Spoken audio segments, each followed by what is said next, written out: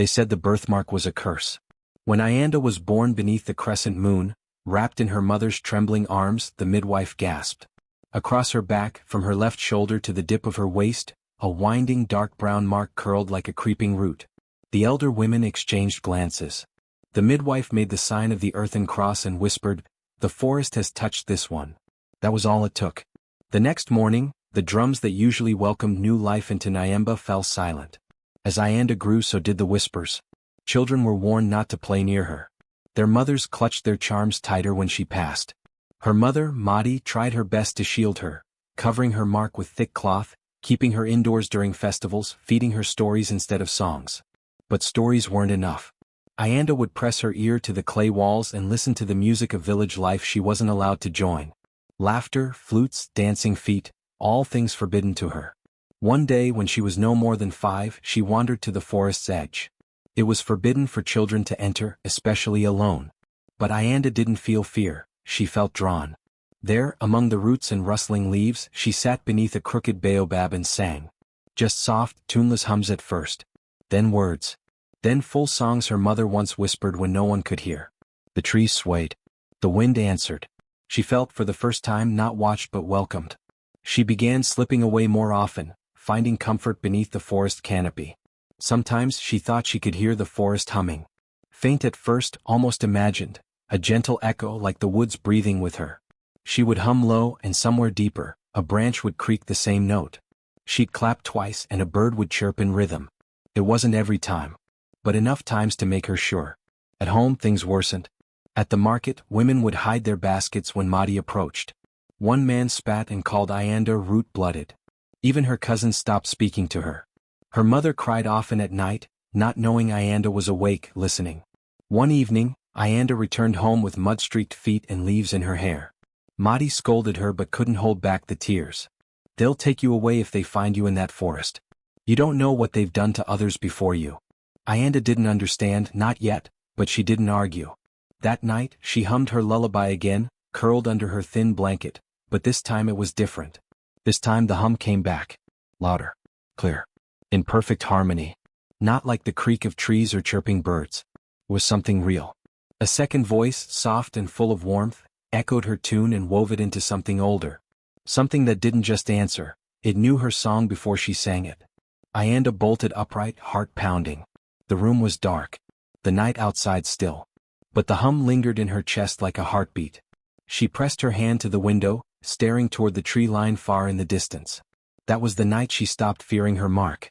In the morning she traced it in the mirror. It didn't look ugly anymore. It looked alive, like something waiting to grow. And the forest? It waited too. Ianda had waited years to see the Moonlight Festival up close.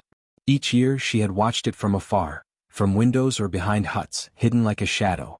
She would see the village square glow with lanterns made of hollowed gourds and bright riverstone oil. Children would spin in circles, musicians would strike the talking drums, and the air would fill with the scent of roasted millet and honeyed fruits. That night, everyone danced beneath the moon.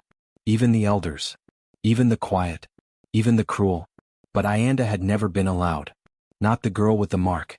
Now 16, taller and stronger than most boys her age, Ianda no longer asked for permission. That night, she tied back her thick curls, wore a plain ochre wrap Madi had dyed by hand, and walked into the square just as the moon crested the hills. Gasps met her. Conversations died like dying flames. But she held her chin high. Some stepped away from her path. Others stared. But no one stopped her. Children blinked at her, curious more than afraid.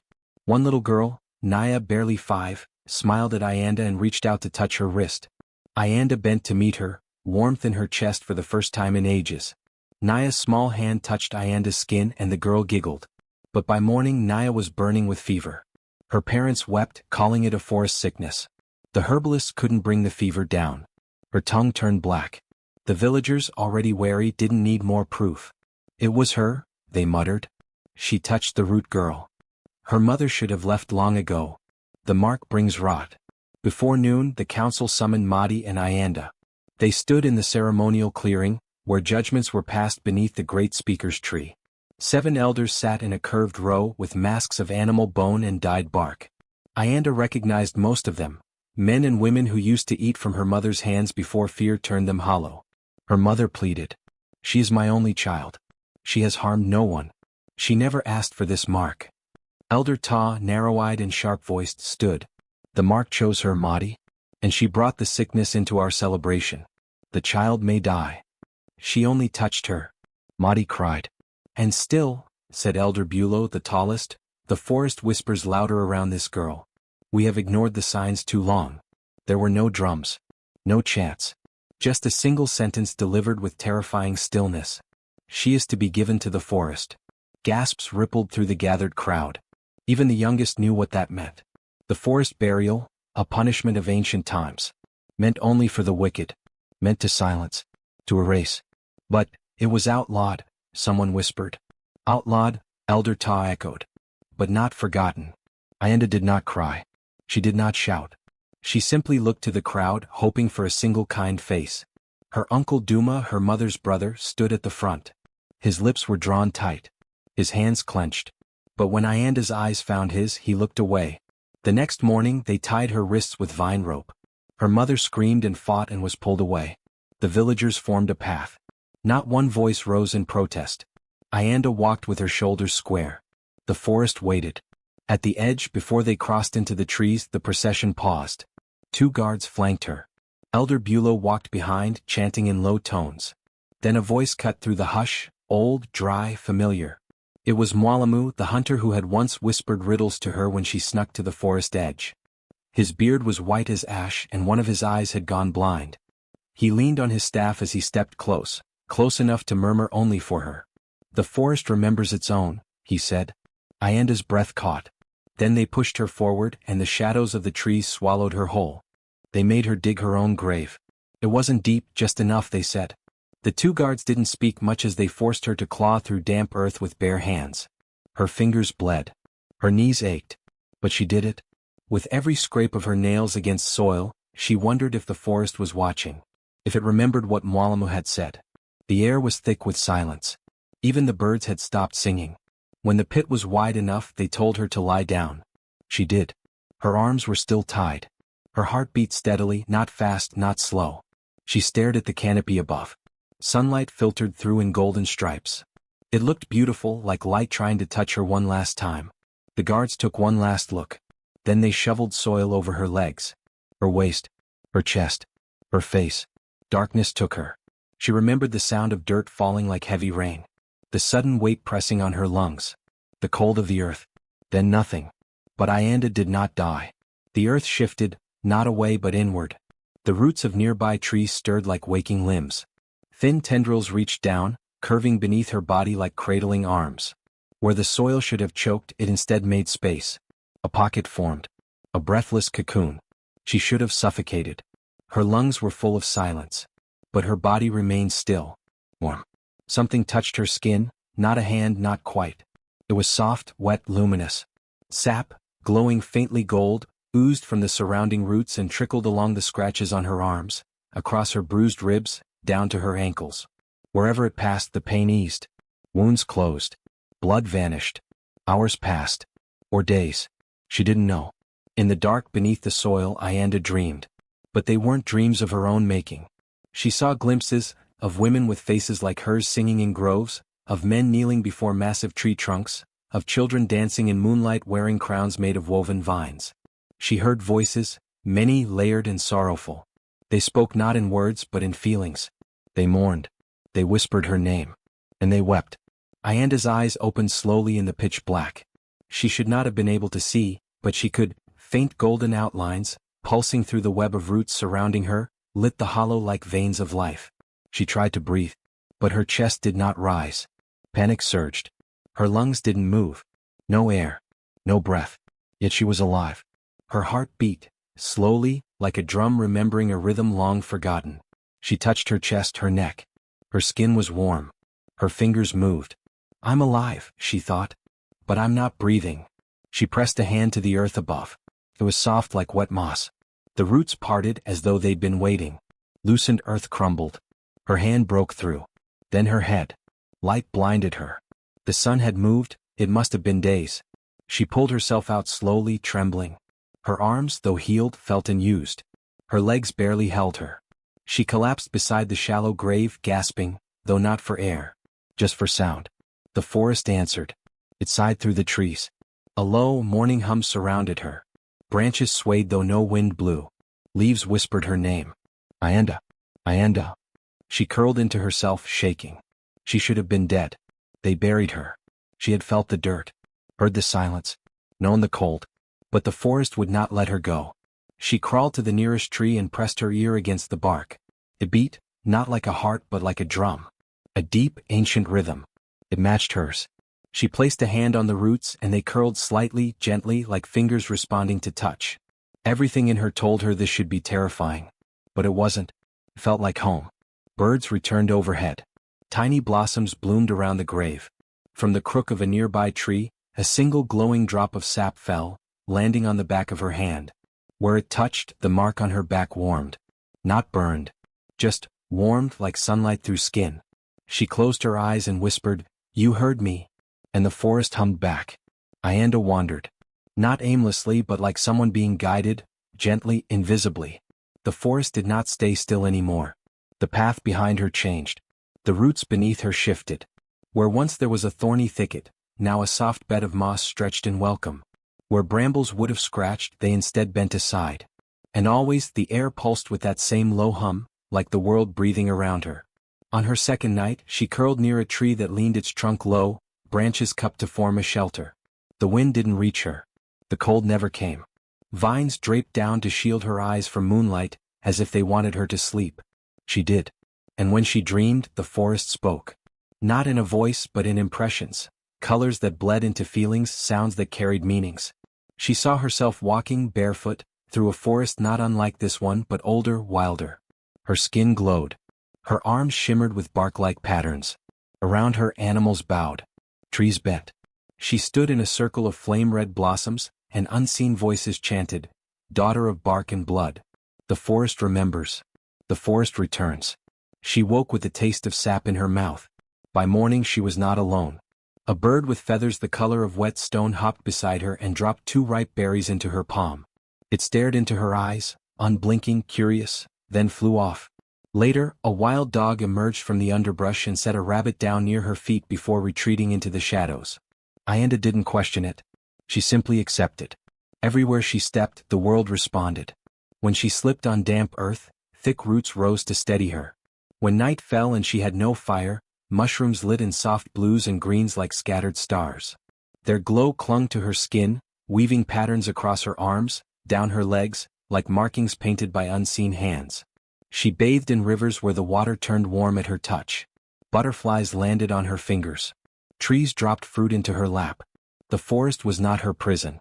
It was her protector. Once, when she wandered too far from her resting place, she found herself near the edge of a ravine. A panther, massive, silent, emerged from the shadows. Her breath caught. But the animal did not leap.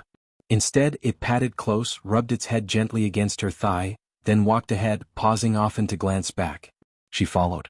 It led her to a clearing she'd never seen. There the trees were older than time. Thick, knotted, gnarled, and carved. She approached one slowly. Deep in its bark, half swallowed by age, was a face. Not a generic face.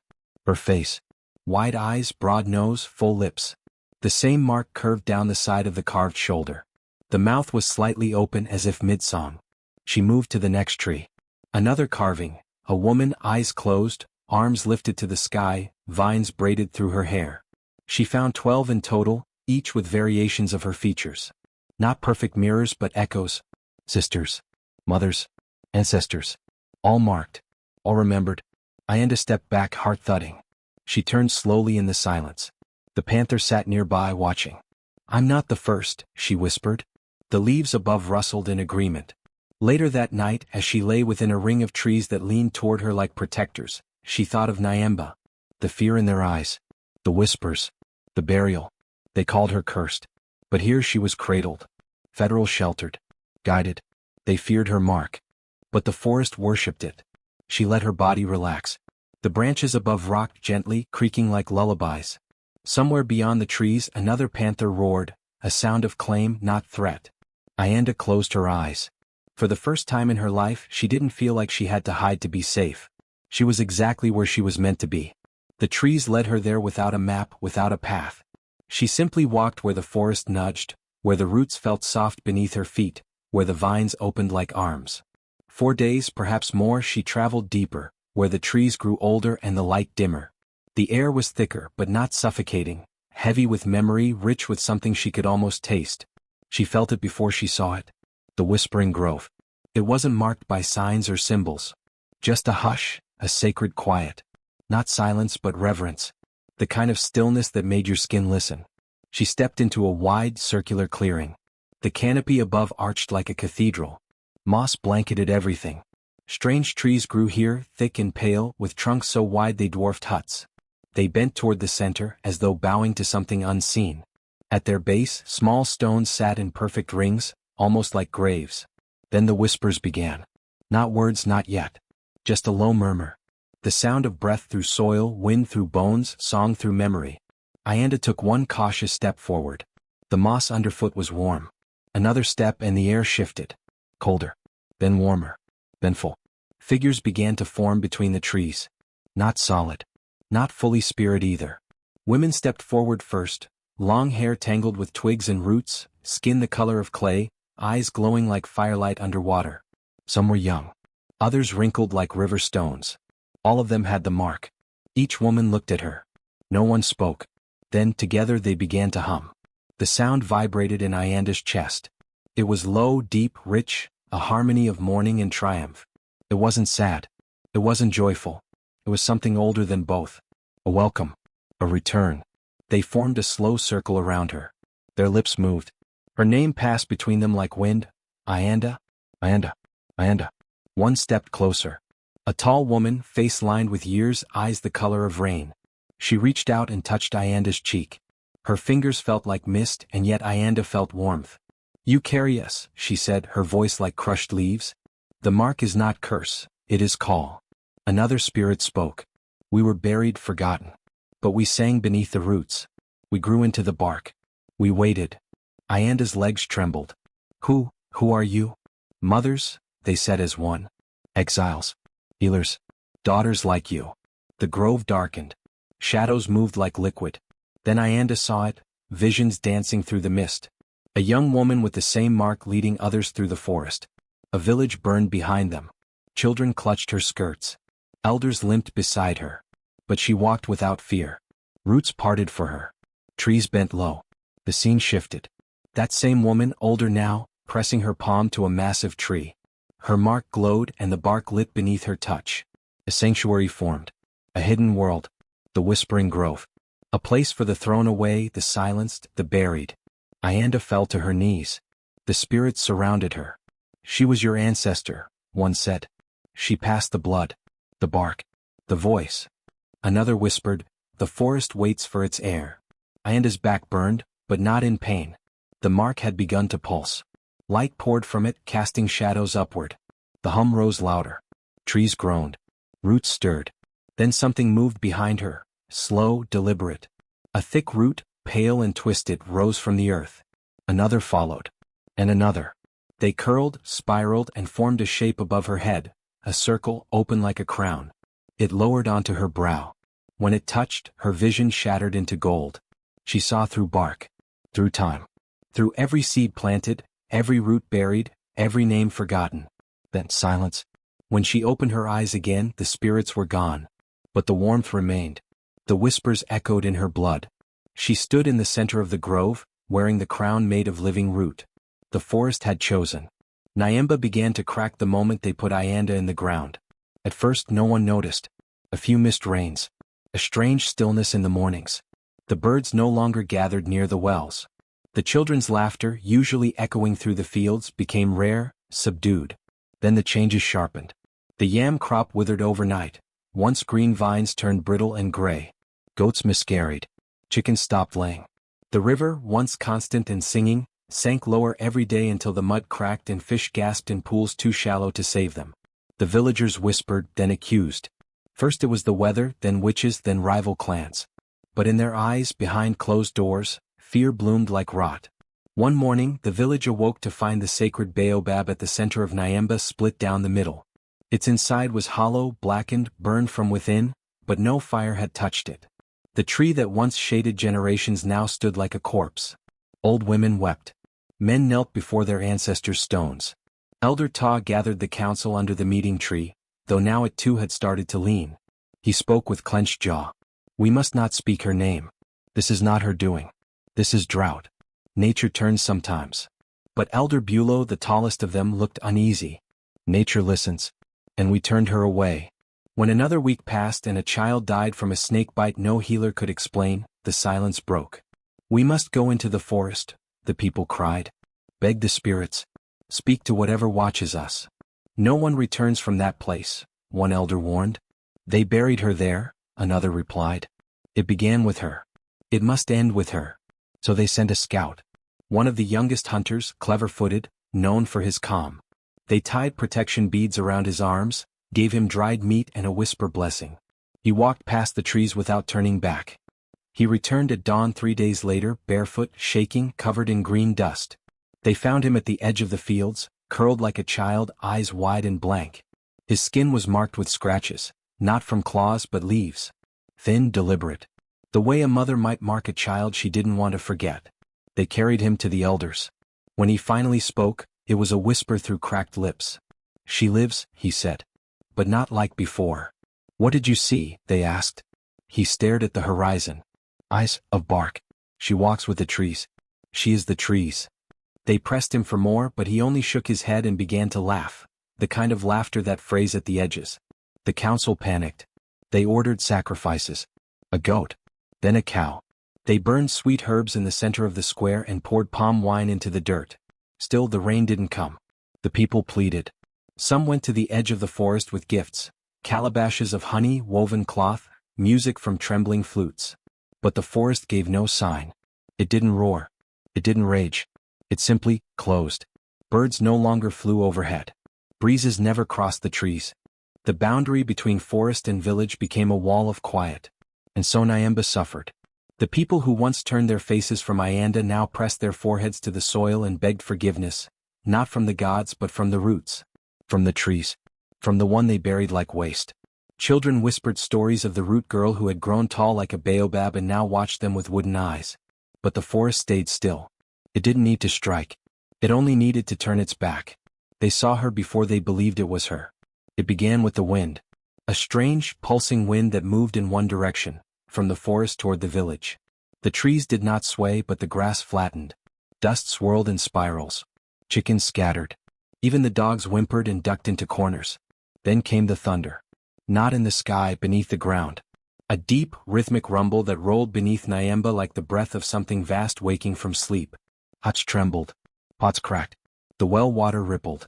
The villagers gathered slowly, drawn by fear, curiosity, or guilt. They stood at the edge of the square as a figure emerged from the forest path, slow, deliberate, barefoot. Ayanda. But not the Ayanda they remembered. Her feet were caked with sacred soil. Her skin shimmered with streaks of golden moss, as if the sun had painted her in passing. Her hair was wild, threaded with vines and flowers that moved slightly even without breeze. Tiny birds circled her, silent and sure, never straying from her presence. She walked like the earth carried her. Children gasped. Women clutched charms. Some backed away, others fell to their knees. Elder Bulow stood frozen. It cannot be. But it was. Ayanda stopped at the center of the village square, the same place she'd been condemned. The same ground that had echoed with judgment. She raised her eyes. I did not die, she said simply. Her voice was calm. Oh. But it carried, somehow, over every sound, even the thunder rolling in the sky now above them. You buried me like waste. But the roots remembered me. No one answered. I came not to punish, she continued.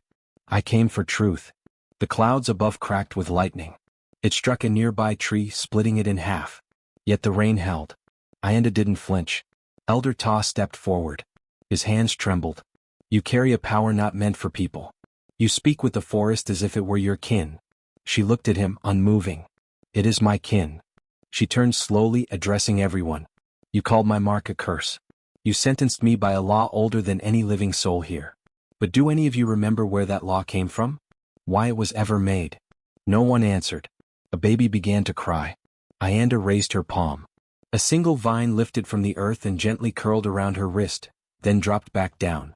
The ground stilled. "Who first taught you to fear those touched by the forest?" she asked. "Who taught you to bury us?" The villagers exchanged glances. Some looked ashamed. Others confused. Elder Bulow took a shaky breath. "It began before my time. Before my father's time. The stories told us, when someone bears the root mark they bring imbalance." "Do the trees say so?" Ayanda asked. He hesitated. "The trees do not speak." "They do," she said. "You've just forgotten how to listen." A gust of wind burst through the square, lifting her hair. Her eyes shimmered, not glowing but reflecting the light of something deeper, older. "You buried me," she said, "but the forest grew me back." The ground beneath her feet cracked. Tiny shoots of green erupted through the clay.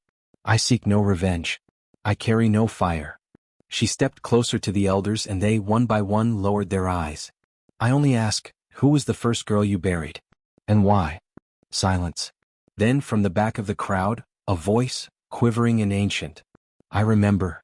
It was Nana Rema, the oldest woman in the village, her back curved like a question, her eyes nearly white with years.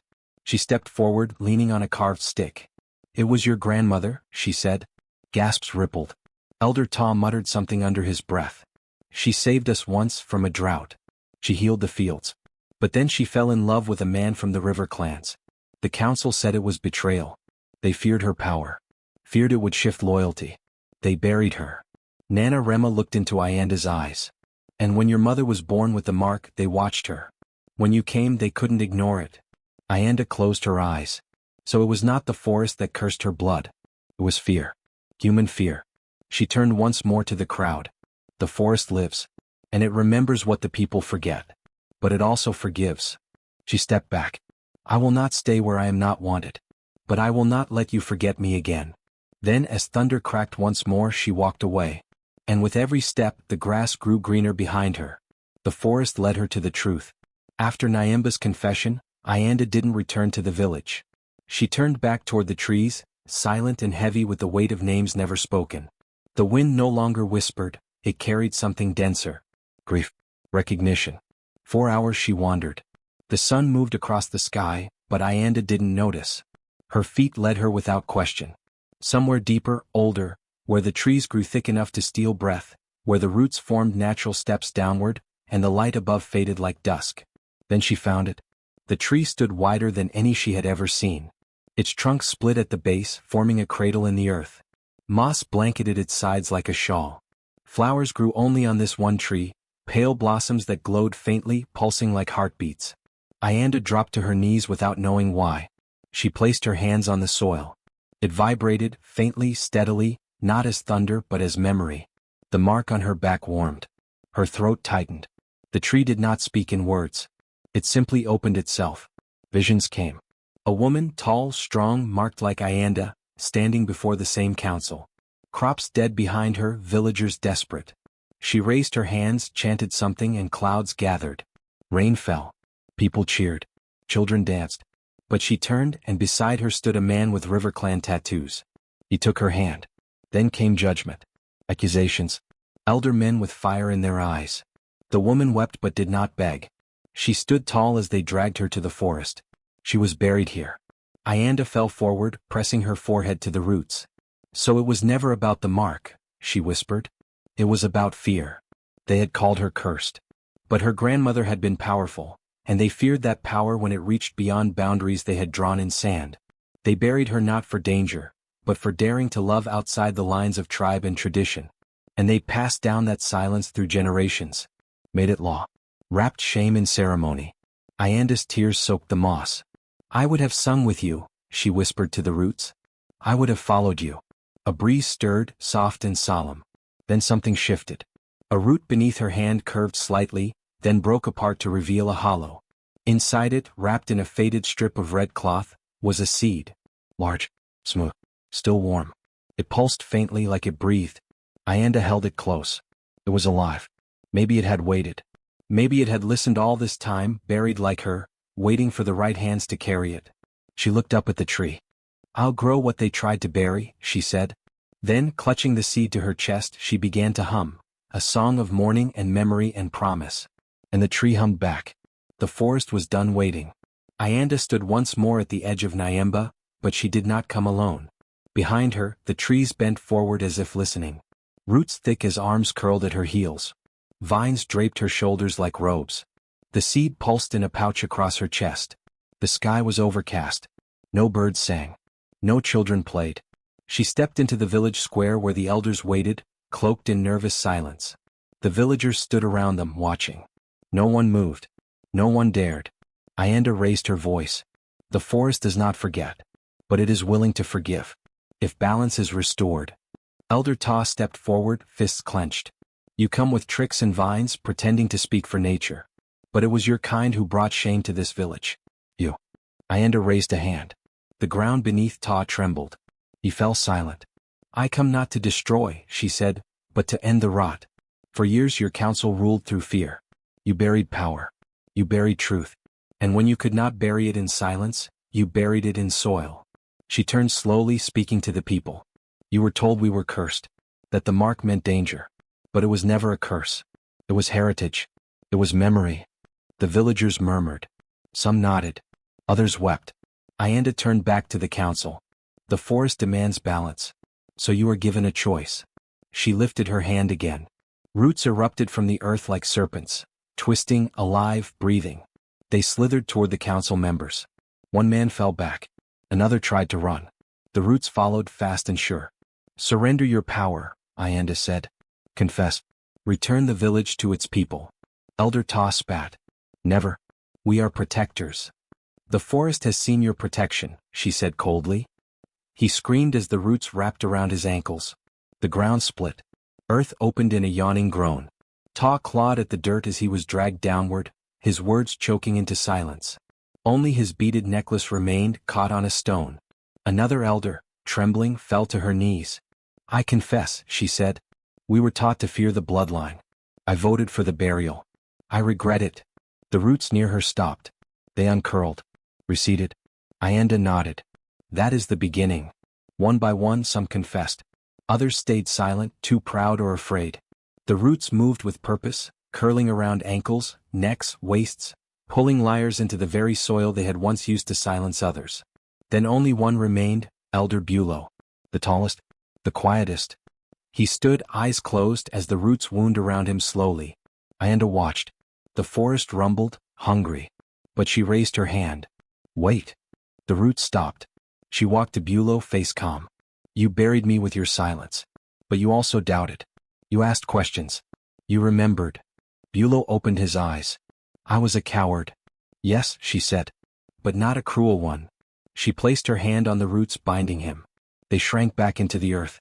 I grant you mercy, she said. Not because you deserve it, but because mercy is how new things grow. The ground stilled. The trees quieted. Ayanda turned back to the villagers. Your counsel is broken. The forest will no longer wait. From today power must be shared. No more secrets. No more silence. The people clapped. Not loud, not at first. But honest.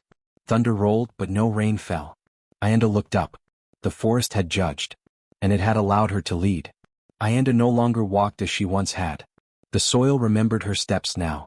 Vines lifted gently when her feet passed. Birds quieted when she paused to think. The wind, once wild and restless, now circled her like a listening friend. She stood in Nyemba not as a ghost of what they buried, but as the beginning of something new. No crown. No throne. But wherever she moved, people followed. Children came first, the brave, the curious. They trailed after her into the forest barefoot, carrying silence instead of fear. She showed them how to listen. How to hum into the bark of trees. How to place their palms on moss and feel its breath. How to plant a seed and wait. She didn't just teach magic, she taught memory. Parents came next. Some skeptical. Some ashamed. But they came. And when they did, the forest responded. Paths opened, fruit dropped from unseen branches, streams once dry flowed again, but only for those who walked with truth in their mouths. She spoke little about the council or the burial. The stories would spread on their own. What she focused on now was healing. She reopened the Whispering Grove. The ghosts welcomed her.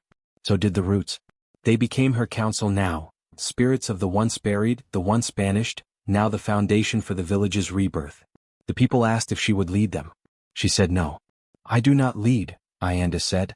I grow. And so she did. She planted the ancient seed beneath the same tree that held her grandmother's bones.